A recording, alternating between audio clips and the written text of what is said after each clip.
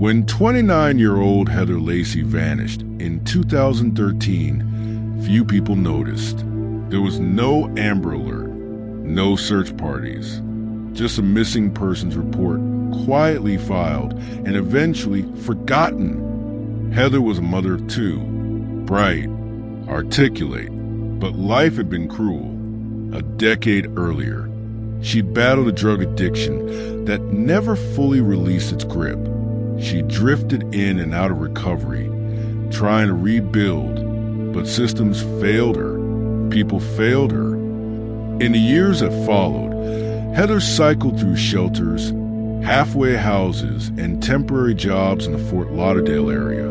Each time she seemed close to turning a corner, she disappeared again into the shadows of the city.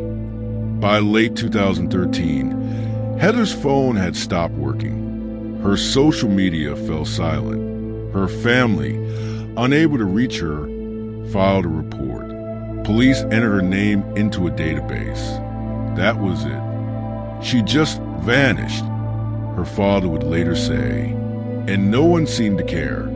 But the truth was far worse than anyone imagined, because 10 years later, they would find Heather's body, and it had been right there all along. February 2019, the residents of a modest apartment complex in Hollywood, Florida, noticed a strange smell coming from a unit. The man who lived there, 36-year-old Jonathan Escarzaga, hadn't been seen in days. When police arrived to perform a welfare check, they found Escarzaga dead inside. The apartment was in disarray, and in the corner, a deep freezer, humming. It was padlocked shut. Police forced it open. Inside, curled in a fetal position and frozen solid, was the body of a woman, skin intact, preserved. It was Heather. But how did she end up in a stranger's freezer for nearly a decade, completely unnoticed? That's where this story turns cold, literally and psychologically. On screen, news footage of the apartment complex. Neighbors said Escarzaga mostly kept himself. Quiet, clean, lived alone, no signs of violence. The discovery sent shockwaves through the area because Jonathan Escarzaga had no known relationship to Heather, no shared history, no motive, no apparent connection at all. And yet, there she was in his freezer. Investigators tried to reconstruct a timeline. The autopsy concluded that Heather had likely died in late 2013 or early 2014. That meant someone had preserved her body for years before Escarzaga's death. Some neighbors recalled seeing Escarzaga moving a large freezer into the unit around 2015. But no one questioned it. Who questions a freezer? When they pulled his financials, they found something odd. Power bills significantly higher than average, even when he wasn't home. The freezer had never turned off. Not once. Forensic testing showed Heather hadn't been killed inside that apartment. She had been moved. The scene was disturbingly clean. Too clean. No blood. No struggle. No DNA from Escarzaga inside the freezer. The case was unraveling, but backwards. Heather had been missing for 10 years. Now they had her body, but still no answers. Jonathan Escarzaga's death was ruled accidental, a suspected drug overdose.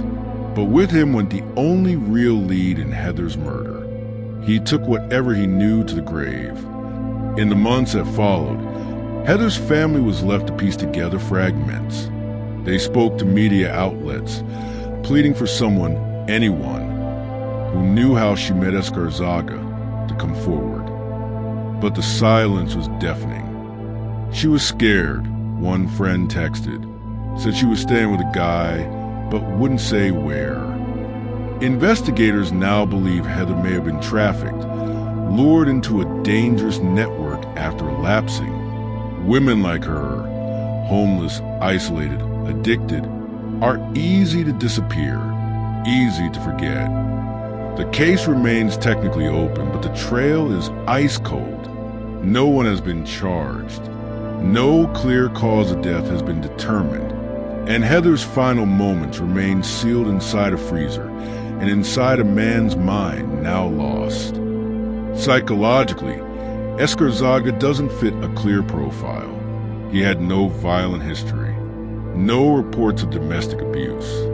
But he did have something else: control, the ability to keep a human body hidden in his home for years and pretend like nothing happened. One expert in forensic psychology said, "The freezer isn't just a hiding place. It's a symbol, a way to stop time, to delay accountability, to preserve guilt and silence." And that's what happened here. Silence for 10 long years. Heather Lacey didn't vanish. She was buried in plain sight, sealed in a box, frozen in someone else's lie. Her story reveals more than just a murder. It exposes how easily vulnerable people can fall through cracks, how the world forgets them until it's far too late. Who killed Heather? We may never know. But maybe the better question is, why did no one notice she was gone?